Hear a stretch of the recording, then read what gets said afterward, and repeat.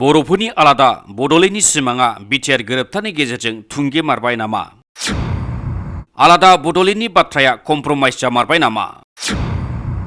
बर'फोरा आलादा बड'लेण्डनि थाखाय गोबां बोसोरनिफ्रायनो सुबुंखान्थि राहाजों एबा आखायाव हाथियार दैनानै सोमावसारबोदों।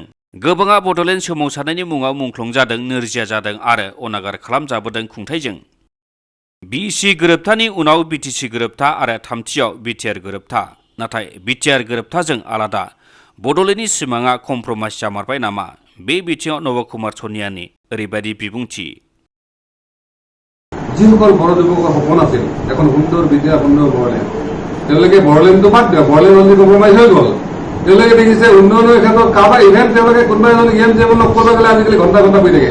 মই খোলাকে কৈছে যে আমি এইটো কাৰণে ভোট দিছিলোঁ নেকি, আমি এইটো কাৰণে চিফ বনা নাই, এইটো কাৰণে ডেপুটি চিফ বনা নাই।